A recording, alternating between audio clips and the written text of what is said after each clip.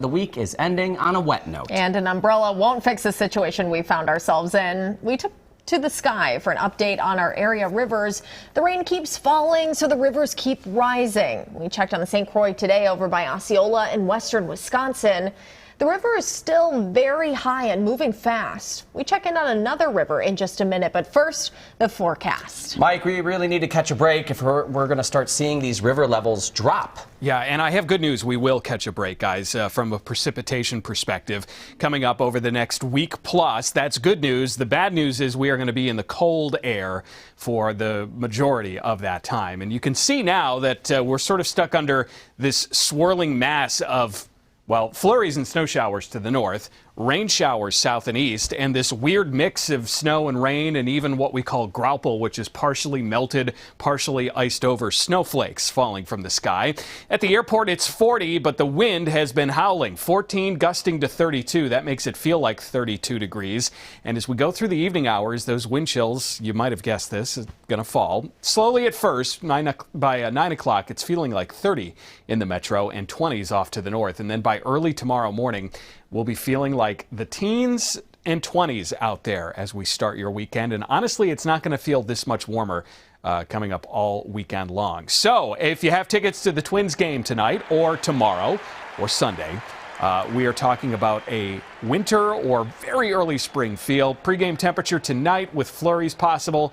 Only a 20% chance, but still there could be a few out there. We'll be at 40 degrees, 40 at first pitch, 37 for the final out. The wind will be a little bit lighter at that point, but again, it will still only be feeling like 25 to 30. Through the weekend, I'd like to show you a warm-up, and I've got a mini warm-up, particularly for Sunday, but 46 is nothing to write home about, not this time of year. Our average this weekend, our average high, climbs into the 60s, and I don't see any chance for that for the next week plus. We'll come back and talk about the kind of long-term forecast for the rainfall, which is very important for flooding, the temperatures, which is very important for our sanity, and talk about when at least we'll get some 50s into the forecast. That'll have to do, I guess. Yeah. Thanks, Mike. Thank you. Rising rivers around Henderson in Sibley County forced the town to close roads once again. As WCCO's Jennifer Mayerly shows us, Highway 19 into town closed at 11:30 this morning. I'm Jennifer Mayerly in Henderson, where two rising rivers have closed two roads into the town. We're on Highway 93, and this section of road from 169 into town is closed because of the Rush River. Now, you can see it is covering a portion of the road. This part of the road is closed to traffic. And it has gotten so bad in this area and the closures that happen year after year that they actually have a MnDOT project starting next year to raise this portion of the road to alleviate flooding for years to come. Now, the other section that's closed in town is Highway 19 from 169 into town, and it's a similar story over there with water from the Minnesota River that's covering portions of the road here.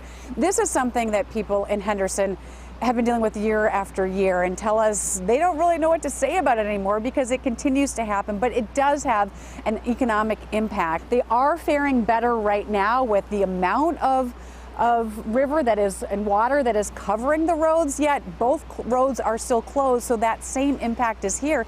And in fact, they're having to reroute their emergency services just to make sure that people can get to them in time because that detour is about 15 minutes longer. We'll have more coming up today on our news at 6. For now, I'm Jennifer Mayerly in Henderson. Thanks, Jennifer. More to come on those rising rivers and the impact on our state.